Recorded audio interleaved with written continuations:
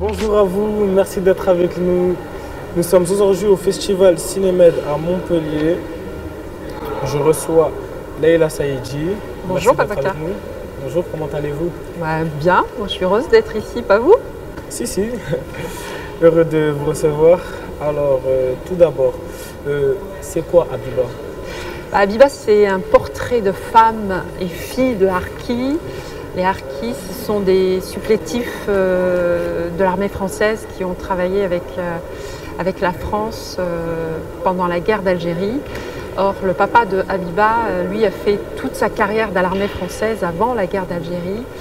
Et ils ont été obligés de partir en exil après la fin de la guerre d'Algérie dans l'urgence par un des derniers avions militaires français qui a pu les transférer en métropole. Et la famille de Habiba a été ensuite accueillie, enfermée en réalité dans les camps de transit, comme pas mal de familles de harkis arrivées en France qui ont été déplacées dans ces camps de transit, des camps d'enfermement, avant de vivre une vie en France. Voilà, le portrait de Habiba, c'est ce portrait-là parce que c'est une histoire qui donne voix, qui donne vie à une histoire douloureuse, post-coloniale, après la guerre d'Algérie, qui parle de ce camp de transit de Rivesaltes, qui va nous amener dans la savonnerie de Lodève, où la maman de Habiba, mais aussi Habiba plus tard, ont travaillé pour les hauts lieux de l'État. Parce que la savonnerie de Lodève, je ne sais pas si tu le sais, c'est un lieu où on fabrique des tapisseries qui vont aller à Matignon, à l'Élysée, dans les ambassades françaises, qui représentent l'excellence à la française. Et pour cette excellence, derrière cette excellence, il y a des vies de femmes, de harkis, et qui racontent aussi une histoire douloureuse. Habiba, cette histoire de Habiba, elle est aussi sublimée. Elle sublime un récit douloureux parce qu'Habiba a su transformer cette trajectoire, cette assignation à résidence dans les camps de transit, mais aussi dans cet atelier d'enfermement, parce qu'on a enfermé des femmes pour qu'elles puissent travailler. On les a d'abord peu rémunérées, on ne les a pas reconnues, on les a titularisées beaucoup plus tard. On a fait en sorte qu'elles soient dirigées aussi avec un état d'esprit post-colonial après la guerre, parce qu'on a fait venir des gens qui ont travaillé en Algérie et qui ont dirigé ces femmes, un père et un fils, voilà, leur parlant en arabe, parfois les insultant en arabe. C'est tout cet état d'esprit post-colonial, moi, qui m'a intéressée, mais chez Habiba a fait en sorte de sublimer cette histoire parce qu'elle est devenue aussi chef d'atelier. Ensuite, elle a sculpté, elle a transformé l'art qu'elle a connu dans cet atelier, un art beaucoup plus accessible à tous. Elle peint aujourd'hui, elle sculpte et elle a fait énormément de photos, elle fait des expositions. Voilà. C'est ce portrait-là qui nous intéresse dans Habiba. D'accord, très bien. Et qu'est-ce qui vous a amené à faire ce documentaire? Qu'est-ce qui vous a poussé à faire ce portrait sur Habiba? Moi, le portrait de Habiba m'intéresse à double titre parce que d'abord, je suis immigrée moi-même. J'ai vécu dans le Lot quand je suis arrivée en France et le Lot est limitrophe du Lot et Garonne où se trouvait l'un des camps, le camp de Bias, un des camps de transit le plus dur pour les harkis, où ont été enfermés, assignés à résidence des harkis juste après la fin de la guerre d'Algérie, qui sont restés un bon nombre d'années. Et ce camp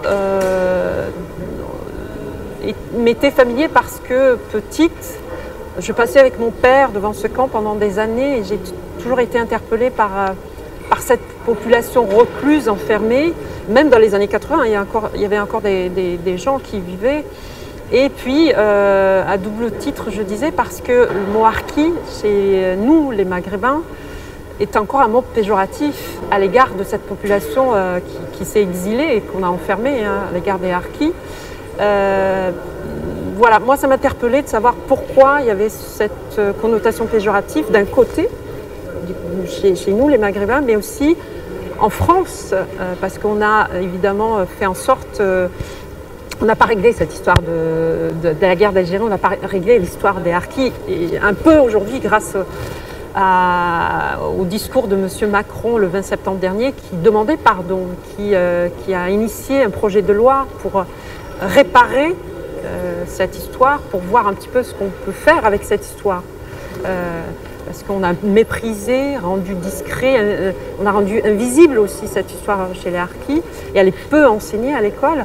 Donc moi, ça m'intéressait à double titre, à titre personnel, mais aussi à titre historique, parce que j'ai fait des études d'histoire, et puis j'ai rencontré Habiba, j'ai rencontré la famille de Habiba en 2005, lorsque je suis allée faire un reportage, parce que je suis journaliste, je suis allée faire un reportage dans la savonnerie de l'Odève, et j'ai découvert une savonnerie où travaillaient uniquement des femmes, mères et filles de harkis, et puis une chape de plomb, moi qui m'a interpellée, pourquoi il y a une espèce de secret, un tabou autour de ces femmes, qui elles-mêmes avaient beaucoup de mal à parler. Et lorsque j'ai fait ce reportage, elles me parlaient en arabe pour raconter leur histoire.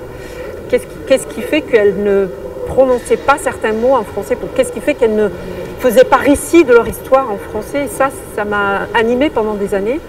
Et à partir de 2012-2013, j'ai commencé à tourner les premières images du film Habiba. D'accord. Voilà. Merci. Alors ce tournage a duré entre 7 et 8 ans. Ouais, c'était long. C'était très long. Comment s'est passé ce tournage en global?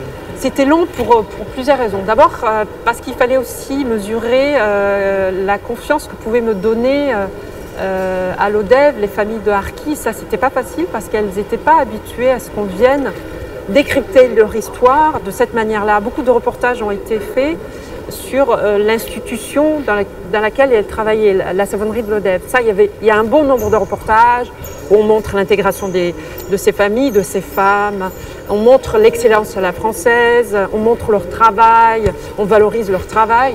Mais il n'y a pas, à ma connaissance, un documentaire ou un reportage qui va décrypter leur histoire, le silence, le tabou de ces familles.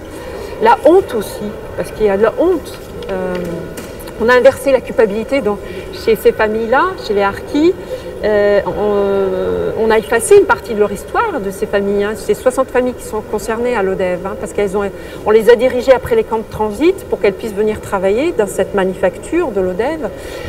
Et puis on a fait en sorte de les accueillir, de les privilégier, parce qu'on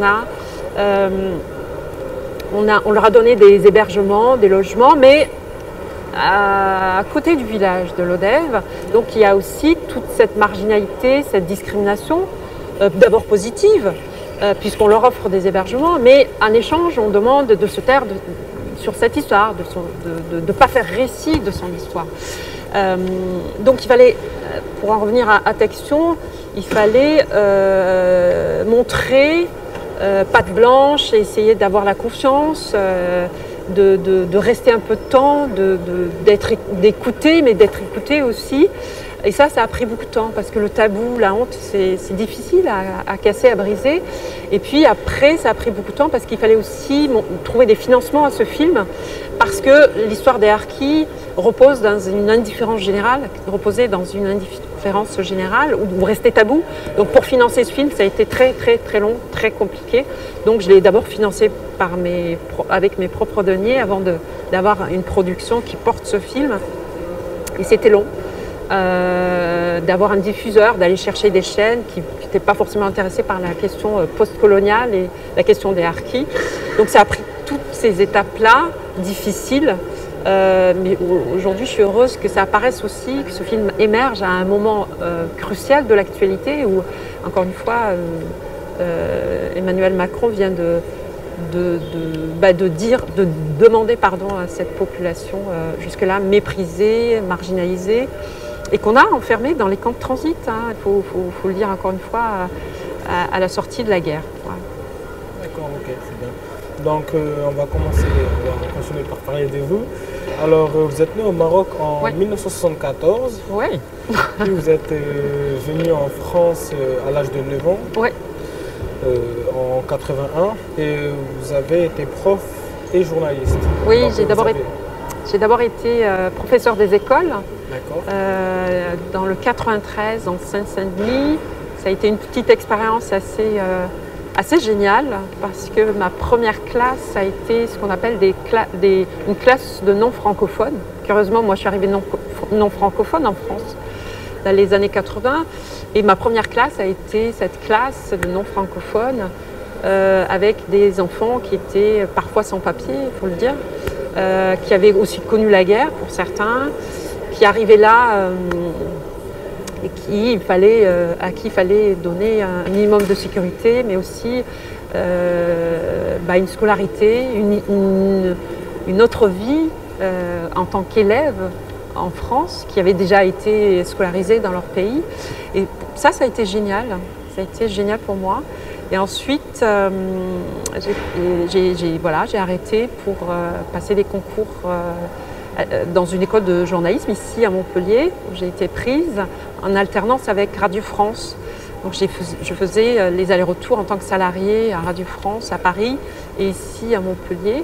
Et c'est comme ça que je me suis formée pour être journaliste. Voilà. Et ensuite, j'ai travaillé en tant que journaliste quelques années et puis j'ai été formée à la réalisation de documentaires en premier lieu et puis au travail du scénario pour écrire des scénarios en fiction.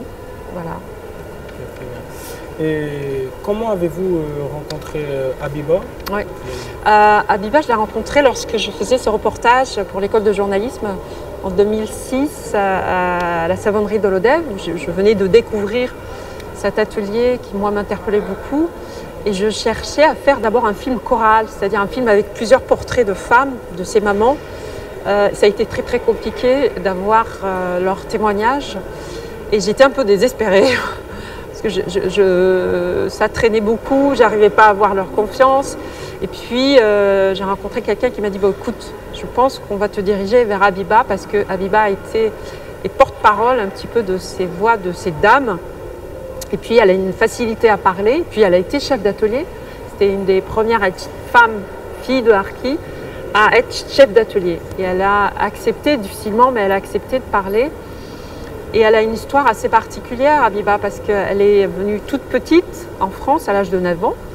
Elle a connu donc le camp de transit avec sa famille, puis elles sont venues à l'Odève, sa maman travaillait, puis sa sœur a travaillé dans cette manufacture, puis elle a pris le relais de sa sœur, l'une de ses sœurs, et puis elle s'est formée, notamment à Paris, puis elle faisait des allers-retours, et puis elle a été un certain temps chef d'atelier, et puis un jour on lui a dit mais pas rester chef d'atelier, toi, femme, fille de Harki, on va mettre quelqu'un de Paris à ta place. On l'a quand même décoré, on lui a donné certains titres, et on lui a dit non, tu peux pas rester, voilà. Et elle a vécu la discrimination dans sa trajectoire. Et moi, ça, pour moi, en tant que fille d'immigrés, ça me parlait aussi. Donc j'avais envie, moi, de connaître son histoire. Fille de Harki, chef d'atelier, femme, qui dirige un atelier, qui forme aussi les autres femmes. Donc moi, ça m'interpellait. Donc j'avais envie de connaître son histoire. Et d'autant qu'elle est devenue artiste à partir du matériel qu'elle a découvert aussi dans l'atelier. C'est-à-dire que pendant pratiquement 30 ans de sa carrière, elle a pris des photos de cet atelier. On a vu les femmes et l'atelier évoluer grâce à ces photos. Elle fait des expositions à partir de ces photos-là. Elle peint aujourd'hui, elle sculpte. Et moi, je trouvais que ça m'intéressait beaucoup parce qu'à partir de son assignation à résidence dans une case, d'abord dans un camp de transit, mais aussi en tant que femme, fille de Harki, dans un espace où on leur a fait construire des HLM pour eux. C'est-à-dire qu'à chaque fois, elle a été assignée à résidence. C'est-à-dire qu'à chaque fois, on a essayé de la mettre dans une case. Et à chaque fois, Habiba a essayé de s'échapper pour créer sa propre histoire, parler de cette histoire, créer une histoire autour d'un récit qu'on a voulu effacer autour de ces femmes. Donc pour moi, elle est la voix de ces femmes. Et pour moi, ça, c'est très important pour donner corps, donner récit, ancrer une histoire à partir de l'histoire de Habiba, à partir de l'histoire de ces femmes, à partir de l'histoire des Harki. on fait une histoire nationale. Et ça, moi, ça m'intéresse. Et Habiba, elle incarne cette histoire nationale à travers toutes ces histoires-là. On fabrique une histoire nationale aujourd'hui. À partir des histoires des harkis, des familles harkis, on fabrique l'histoire qui nous concerne tous, qu'on apprend à l'école. Voilà. Et l'histoire de Habiba fait partie de cette histoire nationale. D'accord, ok, très bien. Et ça a été compliqué, cette histoire de harki, de parler, parce que c'est quand même un sujet sensible. Oui, c'est un grand sujet tabou. Si M. Macron a décidé de demander pardon, c'est extra. Enfin, dans l'histoire nationale, demander pardon à une population, ça n'arrive pas souvent. Donc c'est pas anodin, cette démarche. Elle est très importante dans l'histoire d'un peuple qui a été méprisé, enfermé pour une partie, abandonné d'abord, abandonné. On n'a pas voulu, pour une grande partie des harkis, la France n'a pas voulu les accueillir. Et quand on a accueilli certaines familles, on les a enfermés dans des camps de transit. Donc demander pardon aujourd'hui, c'est extraordinaire. Donc oui, ça a été compliqué parce que parler de cette histoire, vous savez, quand on efface une partie de votre histoire, il y a une certaine culpabilité, une certaine honte à vouloir parler. Donc ça a été extrêmement compliqué de faire parler certaines mamans. Parce qu'il y a quelques films. Il y a quelques films autour de l'histoire des harkis. Il y a quelques films, pas beaucoup, sur l'histoire de la guerre d'Algérie. Il n'y en a pas beaucoup, les contes sur les droits de la main.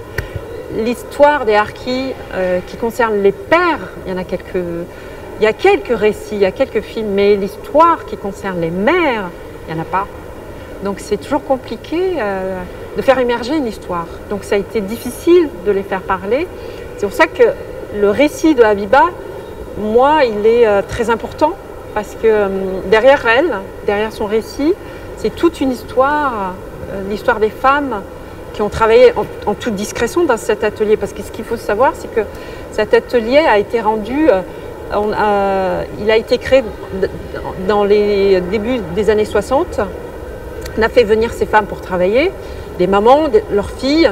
Et puis André Malraux, qui était ministre de la Culture à l'époque, l'a récupéré pour le faire entrer dans le mobilier national à Paris. Donc il fallait fabriquer, produire des tapis. Ces femmes produisaient, elles ont été formées, elles ont produit des beaux tapis, elles ont eu une grande productivité, mais elles n'étaient pas reconnues en échange.